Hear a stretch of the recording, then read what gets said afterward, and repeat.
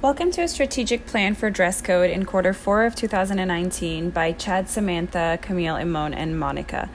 Dresscode's philosophy states, "There is beauty in technology and innovation." This campaign seeks to show that computer science isn't just boring or nerdy or meant for boys, and that girls have their place in the world of STEM. With a budget of $15,000 and a 3-month schedule, our campaign's goal is to reach underprivileged girls and low-income families to prove that women can learn coding and be actively involved in STEM. By working with education systems, partnering with well-known influencers on YouTube like the LeBrant fam and the Ace family, as well as creating mentor programs curated by our brand ambassadors for local communities, our campaign plans to reach a large new market of potential consumers within this quarter. A situation analysis of Dresscode determines that their major weakness is their lack of diversity in product offering, as well as price point. So in order to reach our targeted audience, there could be a wider variety of items as well as a wider price point applied as to generate more influx of a wider variety of clients potentially. The opportunities that stand out for Dresscode involve expanding the brand's operations further than the 3 states that they operate in currently, and to perhaps penetrate local communities via public schools and partnerships with public schools, as well as to create an influencer partnership, as well as to employ the influencer strategy to be able to expose the brand to a multitude of consumers, potential new consumers.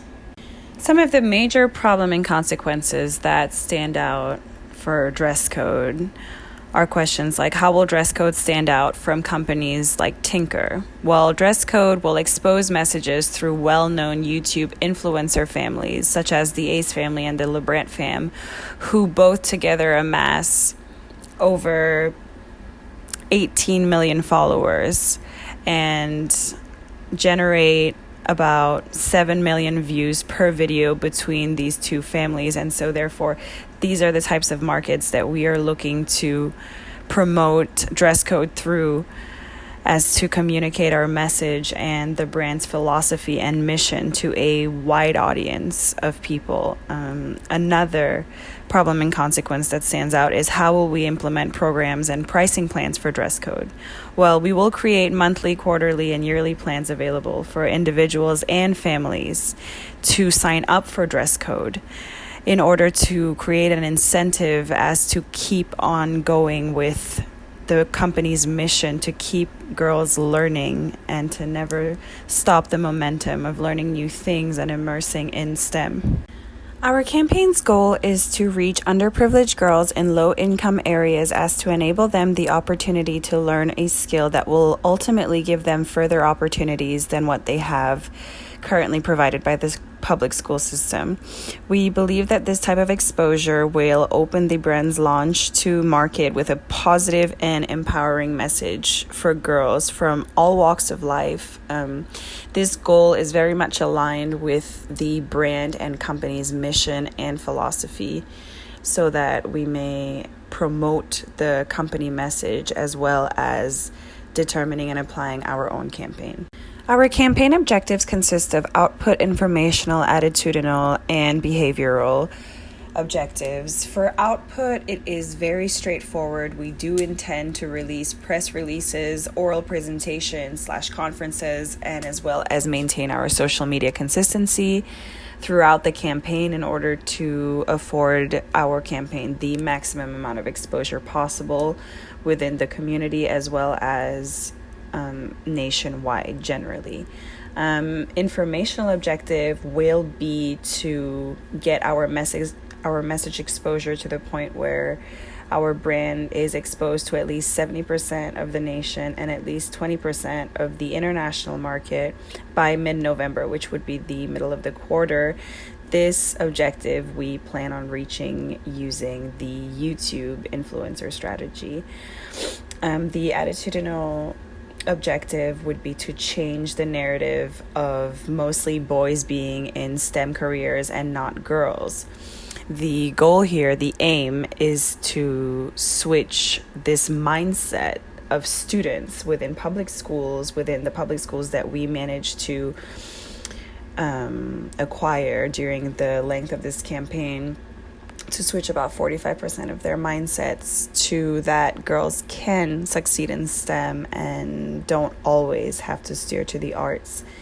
And as well as hoping to switch 90% of the faculty's mindset, where our brand representatives would come and give conferences and oral presentations and quick tutorials on Dresscode's goal. The behavioral objective would be to basically follow the company's philosophy and mission to build an inspired community while exposing and exciting more women and girls to coding and STEM through fashion. Now, that's what's listed on the company's website. And for our behavioral objective, we would love to apply this even further than it already is into employee culture by encouraging employees to contact their hometown schools, or maybe the schools that they attended publicly, and see if that school would be willing to work with Dresscode to initiate some movement that's in line with our campaign objectives.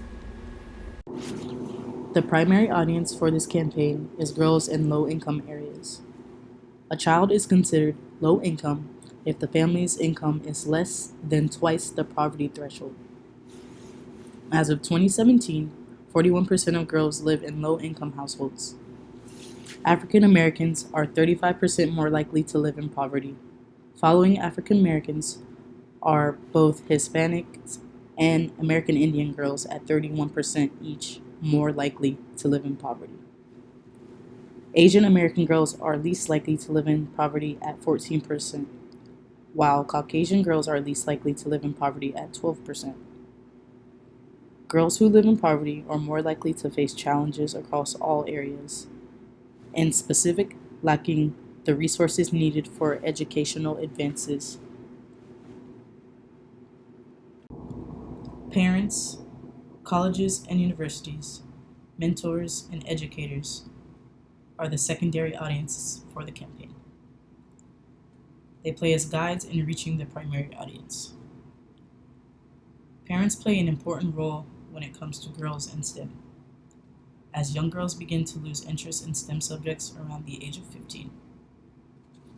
To increase the girls in STEM careers, parents must push them towards careers that can make a global impact. Colleges and universities should work together to create new opportunities to girls interested in STEM. In specific, building a community support system for STEM students and creating bridge programs. Mentors can help build the confidence missing in young girls, as girls are faced with the stigma that women are not fit into such fields. Helping the continuance of STEM interests in girls to pursue a STEM career, as 55% of students are more likely to be enrolled in college than those who don't have a mentor.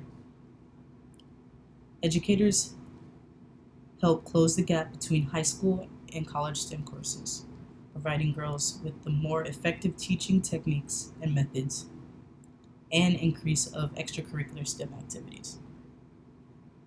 The tertiary audience for this campaign would be both middle and upper class families. Individuals from higher social classes are more likely to have resources and income to have a higher education.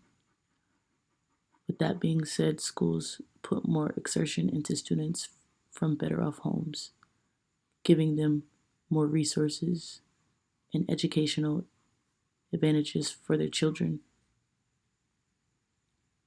The effort put in from these schools have known to make an impact on students in a positive manner. The objectives for these audiences are as follows: building confidence and healthy relationships. This can be done by mentors or parents and specific mentors. Provide new and efficient teaching methods and techniques. This allows for the continuance of STEM after adolescence. This can be achieved through educators. Creating bridge programs for STEM for students. This can be an easy transition. This can be achieved by colleges and universities. Push girls towards STEM careers. This can be achieved through parents. It's important to have that interest at a young age as they lose interest. Identifications of the audience will consist of the following classes: working and middle. The audience included in the working class is parents. Parents also vary in classes. However, specifically parents of underprivileged girls in low-income areas are part of the working class.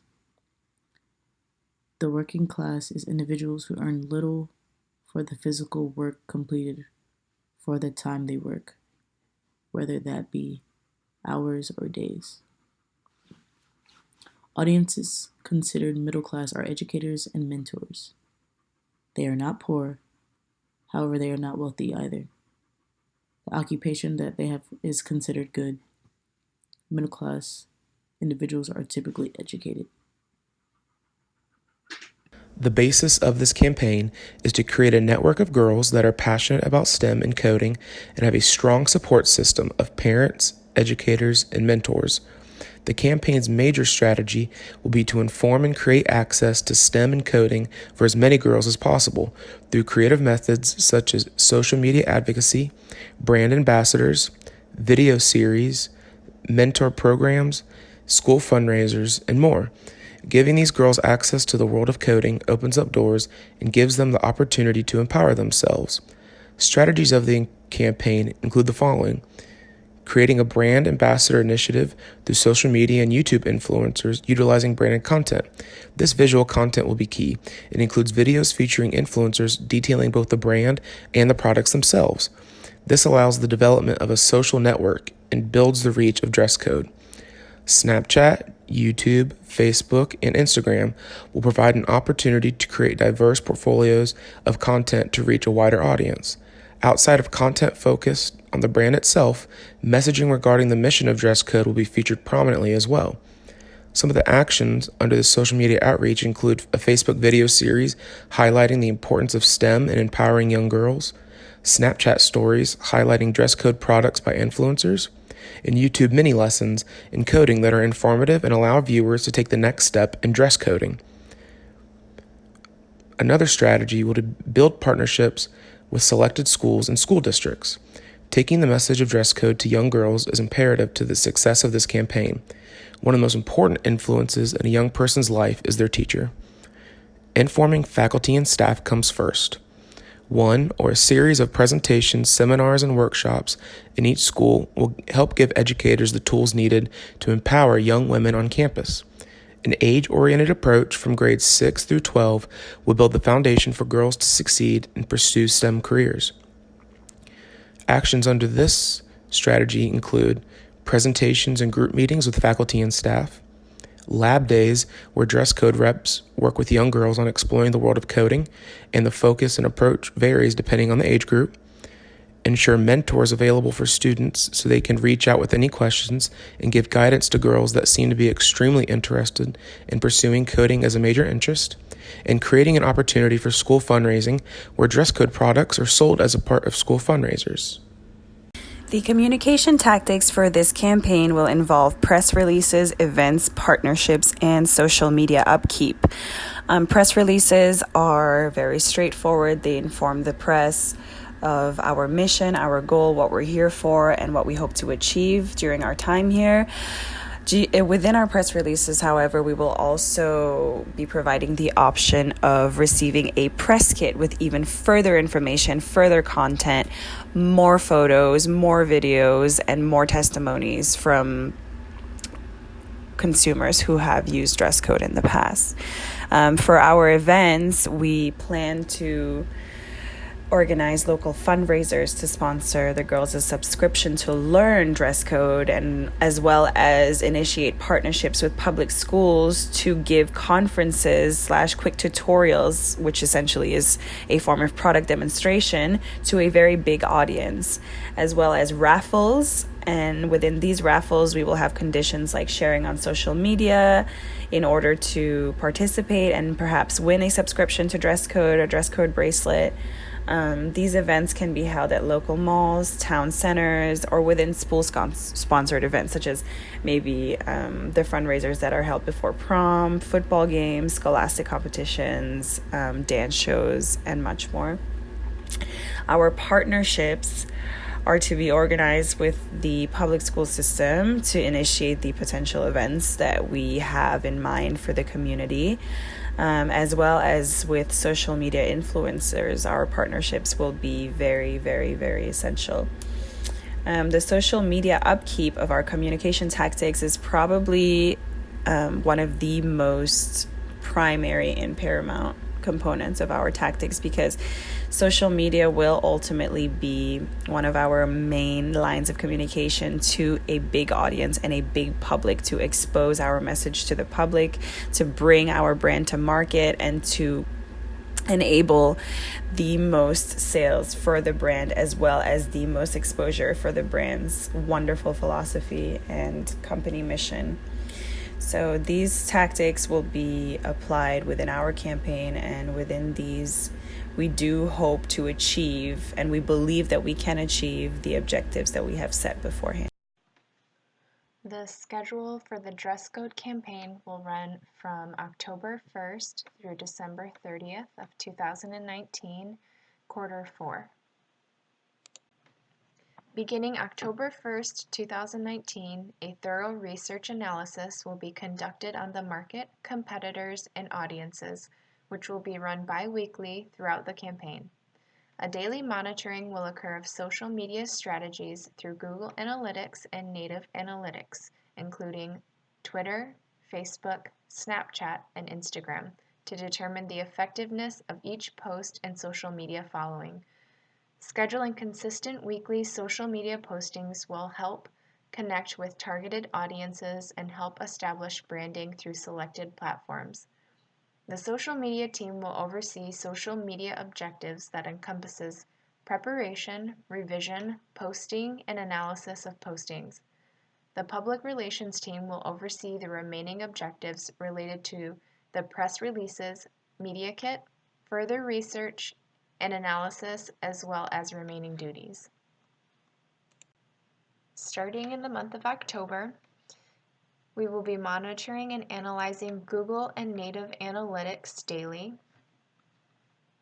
conducting a thorough research on the market, competitors, and audiences bi-weekly, in addition to drafting, revising, and sending press releases and a media kit, preparing, scheduling, and posting social media posts for the month of October, which will occur weekly, hiring and scheduling a photographer and models for created content, scheduling a venue and scheduling catering for the Gainesville oral presentation, setting up an event on Eventbrite for registrants in 3 cities, sending out invitations for the oral presentations, drafting, revising the speech for the oral presentation in all 3 cities, meeting with Katie Malik for our presentation preparation, and the day of the presentation,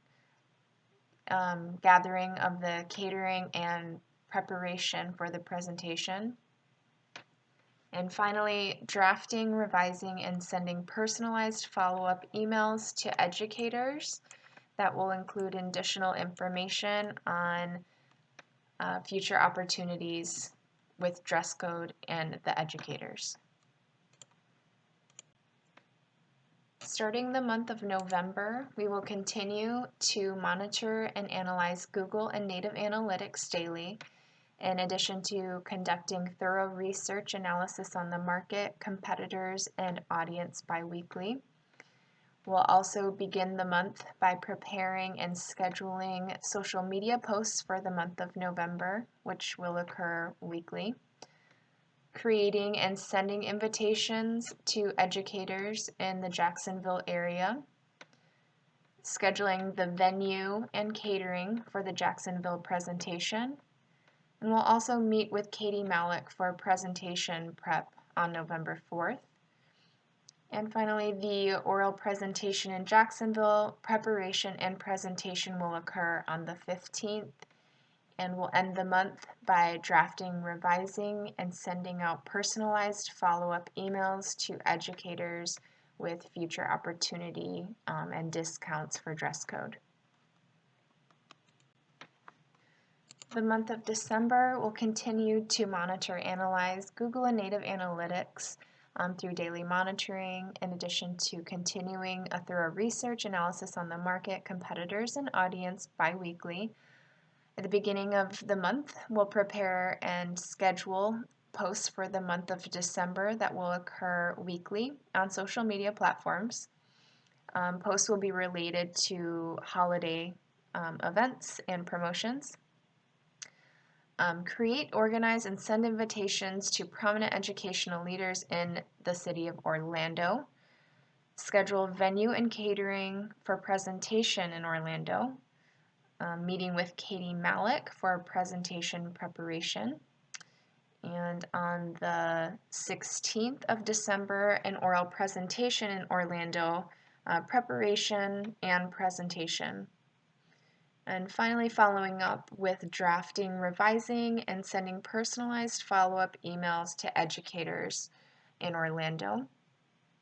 And then we will conclude the campaign on December 30th with a final research and evaluation of the campaign, successes, and overall objectives.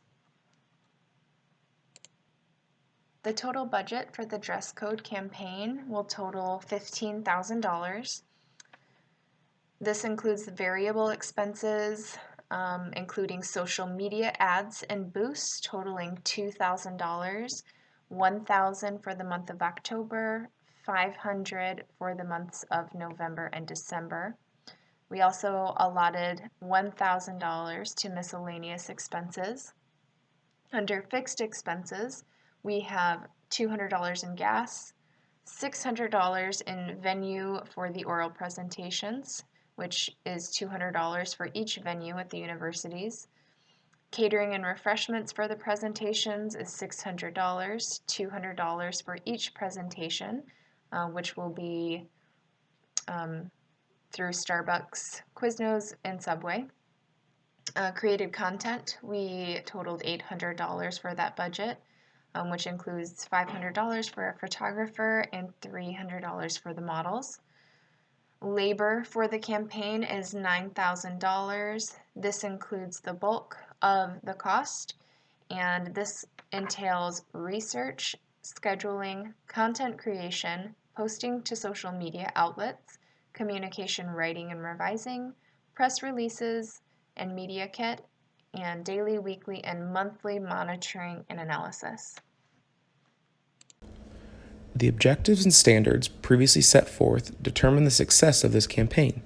If successful, our campaign should have reached all the necessary target audiences, followed the schedule on time and within budget, and met the standards within the campaign objectives.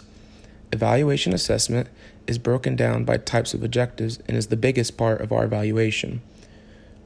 As a part of our output objectives, we need to ask a few questions. How many media outlets published or released information benefiting the campaign? If not, we need to make sure we describe this procedure. What were the number of mentions and contacts received throughout the campaign? What impacts or returns were made as a result of outreach to the media? And was there consistent content curation on social media throughout the campaign? Under informational objectives, we need to ask what YouTube and social media influencers were part of the campaign. Was there any noticeable return as a result of influencers and ambassadors? What was the percent increase of exposure on each platform as a result of social media marketing? And then also under informational objectives, we should conduct a survey of those who viewed instructional videos detailing the dress code products and how to start coding. After looking at the survey, what were the results? Did these videos make a positive impact? And was the information presented retained by viewers based on the results of the survey? And then compared to a baseline survey conducted before the campaign, we need to know what was the percent increase in brand awareness? And then how many girls were reached in low-income areas, which is our primary audit? Was this a result of the campaign? Under attitudinal objectives, a major strategy of the campaign was to reach out to public schools. How many of those offered actually participated in the program in each school? Compared to a baseline survey conducted before the campaign, what was the percent increase in the number of students and faculty who believe girls are meant to be in STEM? What was the percent support from faculty? What was the percent difference among girls, and how does this reflect a possible increase in empowerment over the course of the campaign? And how many parents would be interested in purchasing dress code bracelets and or introduce their daughter to coding? Now, under behavioral objectives, we need to ask, what was the percent increase of dress code product sales at the end of the campaign? What was the percent increase in the number of girls who unlocked and completed all coding lessons or some coding lessons? And how many schools implemented dress code principles or some form of STEM or coding into their curriculum? After assessing the answers to all of these questions, we need to evaluate the objective as a whole and independently. Does the evaluation assessment show a positive impact as a direct result of this campaign?